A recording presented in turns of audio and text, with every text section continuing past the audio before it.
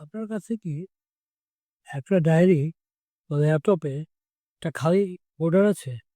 যেটা আপনি মাসের পর মাস ধরে খোলার চেষ্টা করছেন কিন্তু পারছেন না? আপনি লিখতে চান, আপনার মাথায় অনেক কথা আছে। কিন্তু যেই লিখতে বসবেন, অমনি মনে হয়, ধুর! কি আমি কি আদৌ ভালো লিখতে পারি? এই একটা ভাবনা আপনার ভেতরের লেখককে গলা টিপে মেরে ফেলেছে।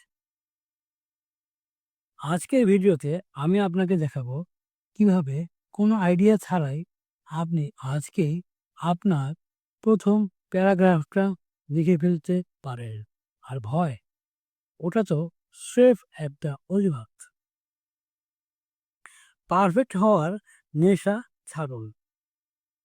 আমরা কেন ভয় পাই জানেন?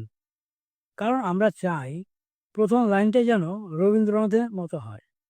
কিন্তু সত্যিটা হলো, পৃথিবীর সব বড় লেখকের প্রথম ড্রাফট বা প্রথম খসড়াটা জঘন্য ছিল। আপনার প্রথম কাজ হলো বাজে লেখা।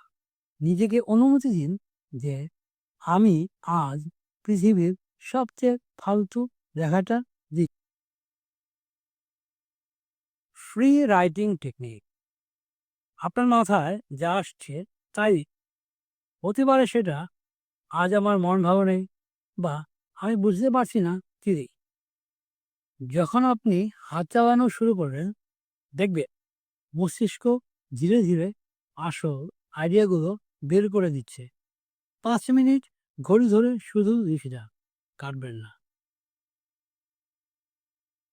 ছোট লক্ষ্য ধর। পুরো একটা বই বা একটা বড় ব্লগ লেখার কথা ভাববেন না। আজকের জন্য লক্ষ্য রাখুন মাত্র ১০০টা শব্দ। একটা ছোট ফেসবুক স্ট্যাটাস বা নিজের জন্য একটা নোট। বড় পাহাড়ের দিকে তাকালে ভয় লাগে, কিন্তু নিজের পায়ে মাটির নিচে তাকালে হাঁটা সহজ হয়। মনে রাখবেন, একটা সাদা কাগজ আপনার শত্রু নয়, ওটা আপনার বন্ধু। ওটা আপনাকে সুযোগ দিচ্ছে আপনার মনের কথাগুলো সাজিয়ে নেওয়ার। ভুল হোক, গ্রামারের সমস্যা থাক, তাও বিপদ। কারণ অগোছালো একটা লেখা ঠিক করা যায়, কিন্তু যে লেখাই হয়নি সেটা কখনোই ঠিক করা যায় না। এখনই ভিডিওটা পজ করুন আর কমেন্টে গিয়ে মাত্র একটি বাক্য লিখুন, যেটা আপনি আজ লিখতে চেয়েছেন। সেটা যাই হোক, আমি প্রত্যেকের কমেন্ট পড়ব এবং আপনাদের উৎসাহ দেব। আর হ্যাঁ, লেখালেখি নিয়ে এমন আরও ভিডিও পেতে সাবস্ক্রাইব করে রাখুন। বিদায়।